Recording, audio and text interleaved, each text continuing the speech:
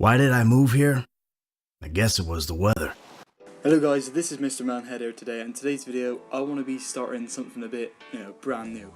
I was thinking about doing these sort of discussion topic videos, where we sort of just take like an element of a game and then we just have a discussion about it and see what, I'll tell you what I've noticed about a few things and what I think about it. Today's video will be about the GTA Online DLCs and how they've evolved, and in some ways they've parodied a few real life things. Right then guys, let's get straight on into this video.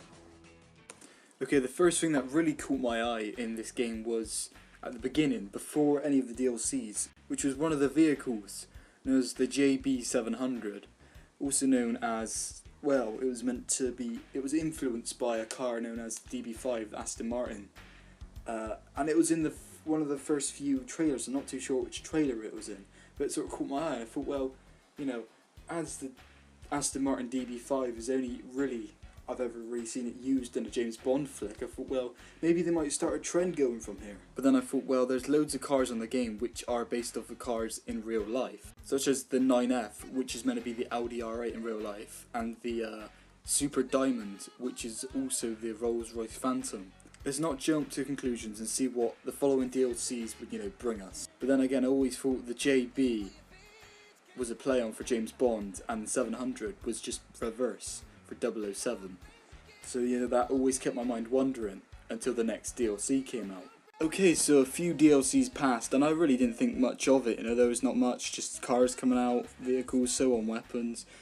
And then we came to this, GTA 5 Online Heist DLC. And there was one vehicle in it in particular which really caught my eye. Now this, ladies and gentlemen, is known as the Gang of Burrito, and if you cannot tell what it is based off of, you're clearly retarded. It is based off of the A-Team van. Now this is where I think things started to change, because not only was it an exact replica of a real life car, the exact replica was a custom car, designed for a specific purpose. Obviously the TV show, the A-Team. So if GTA are going to replicate cars exactly on purpose, then that's obviously a parody.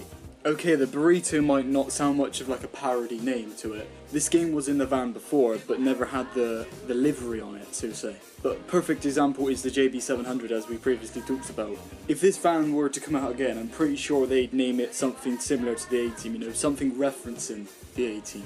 GTA must get away with this somehow. Like, I've heard from other things, of like someone's, try to do a show or something, and it's like, almost identical to like another one, and then they've all had this like copyright, case and stuff like that, and they've all gone to court because of it and stuff like that. Not saying GTA hasn't had their like problems in the past with celebrities and stuff, but yeah, it's shocking how to me is how they've got away with this. Though at the end of the day, this is just a van with an A-Team like livery.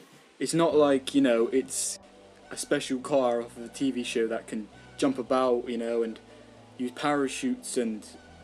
Oh. Yep, that's right. They went even further with this.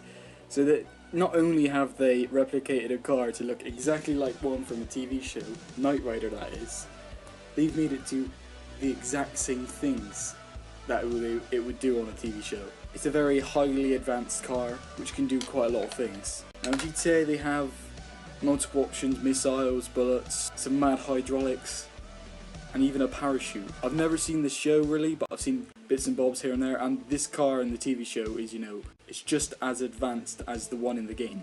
Like the Burrito, this car was already in the game before, so they decided to call it the Ruiner 2000. I don't know if the 2000 has anything to do with Knight Rider, but that's why I think they might be being careful with the copyright stuff.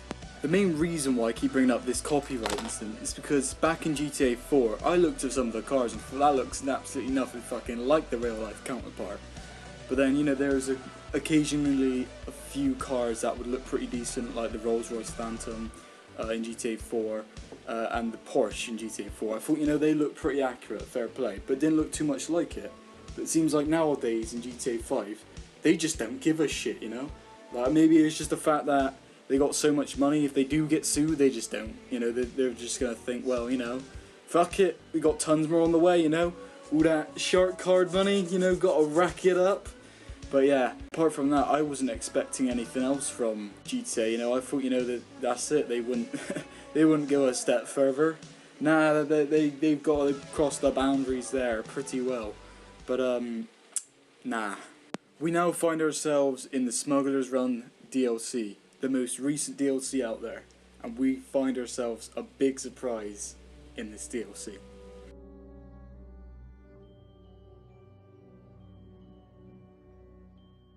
Like, legit, I can't believe they've done this. They've legit just took one of the most iconic cars ever and just threw it into GTA Online.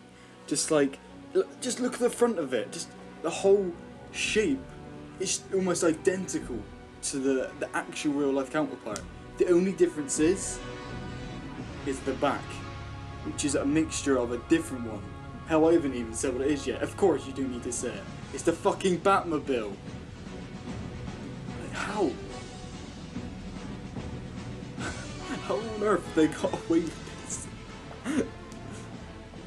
So by the looks of it, it looks like the front part is the 1989 Batmobile, and when you come towards the back, it's the Tumbler. Now, usually I think GTA, what they have done, they try and take a car, mainly, you know, to base it around, and then they get a different car to, you know, sprinkle a bit of that in there, you know. So what they've done here, they've got the front of the car as the 89 Batmobile, and they've just sort of threw in the back as the Tumbler. So not only are they ripping off one iconic car, they're just doing two in one. How? Okay, now don't get me wrong, right? I completely love this idea of bringing this car in particular into the game. Like, you know, of course, if you see all my other videos, majority of them are Batman related. So this, you know, with the main game I play, is just, you know, perfect. As well as all the other cars, you know, you had the A-Team car, James Bond car, that. You know, I had the feeling that it was building up to something, and it was only a matter of time before something like this was introduced. Now, you can bet your ass that I'm just gonna be in it all the fucking time. Like I said, this vehicle isn't out yet, but it's going through that process of, I think, you know, after each DLC, a few weeks after, you know, the update, they'll release one car, and then a few weeks later, another car. And I think this car might be scheduled to be released around October time. As you know, as I am the biggest fan ever probably on this car, let me know in the comment section below if you'd like me to do a review of this car, like everything I think about it, what I might end up doing. One of the biggest piss takes about this is called the Vigilante. But to me, like, it shows like how far they're gonna go, you know, until they just straight up just say, mate, this is gonna be, I don't know, a Batman DLC. And what my theory is it's been, you know, predicted around the time of Halloween to come out by a few of our mates. I predict that they might bring out something with it, maybe a mask, maybe a Batman mask, maybe a cape and cowl to go with it, we don't know. But if this does come out at Halloween, I'm expecting something to come along with it, you know, something. This does really say a lot for the future of GTA games. Like, take for example, in GTA 4, all we had was majority accurate cars. GTA 5 we have the same thing, but then we have parodies, cars off of films, for example the Batmobile here. In GTA 6, you know, God knows what's going to happen, and this could even affect what will happen in Red Dead Redemption 2. Like, I'm not going to comment about Red Dead here, but maybe in another video if this one, or this discussion video goes quite well. I'd like to make a shout out to the person who let me use this content, because this is obviously an offline mod because the car is obviously in the files for when it needs to be released. So I'd like to give a shout out to Unknown Wyvern. Yeah, I popped a question to him in the comment section below saying, hey, could I borrow this content? And yeah, he was pretty sound with it and he let me use it. So yeah, cheers mate. I'll put your link in the description so people go check him out. So yeah guys, there may have been a few vehicles I may have missed out, like there's the Tron bike, which is, you know, also this hover bike on the screen, or this rocket bike, like, you know, all these separate little things that are added into GTA will definitely shape the future of what Rockstar brings us. And I don't know if we like what we used to have before, where it felt more legit, you know, and it felt not so everyone's flying in the sky with rockets and shit, or if we want to evolve into this, where everyone would just pretty much have a party every day they're online. So like, you know, it's a very much new versus old scenario. Now it's your turn guys. Now let me know what you think about this topic in the comment section below.